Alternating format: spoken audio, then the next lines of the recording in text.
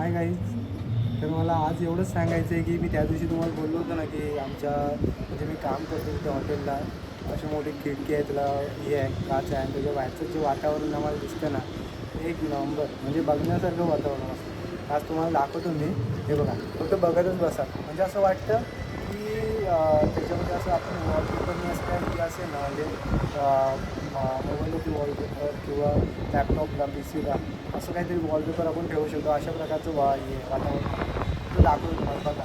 बघाल तर असं वेगळं वॉलपेपर एवढं भारी वातावरण.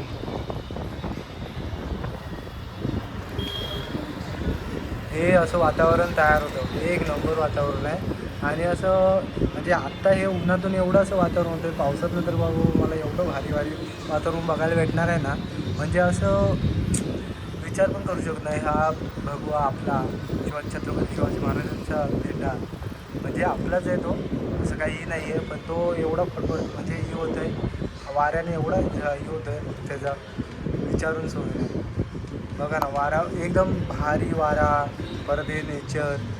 फक्त एवढंच की पावसाची कमी आहे. पावसातनं हे तर वातावरण दिसणार नाही, पण हे एक नंबर आहे. ते बघा, एवढं इकडे ह्या साईडला एवढं काही वाटत नाही, पण ह्या साईडला एक नंबर ना.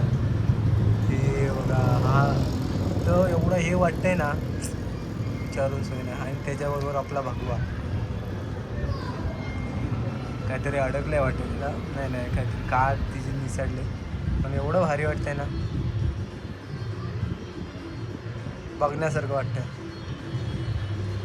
तर मला एवढंच म्हणायचं आहे की बाबा बघा, म्हणजे निसर्गाने एवढं भारी भारी तयार करून ठेवलं आहे ना, आपल्याला फक्त बघायला टाईम नसतो. आपण कामात बिझी, आपल्याला फक्त पैसे कमवायचे, काम करा, पैसे कमवा, बस.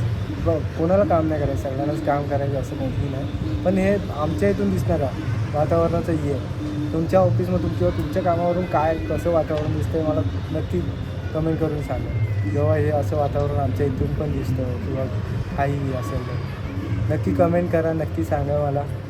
आणि आपल्या नवीन ब्लॉगमध्ये भेटू आपण पुन्हा म्हणजे मी आता उद्या गावी जाणार आहे. म्हणजे ते पण हे आहे माझ्या मनात की बाबा कधी एकदा मी गावी जातो.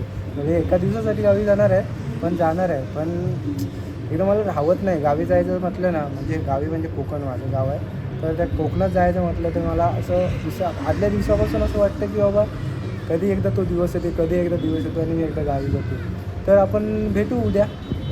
जाण्यापासून ते तिथे गावी पोहोचेपर्यंत माझे ब्लॉग चालू असतील. मी नक्की तुम्हाला शेअर करून तुम्हाला दाखवेन काय आहे काय नाही ते. तोपर्यंत बाय, टाटा.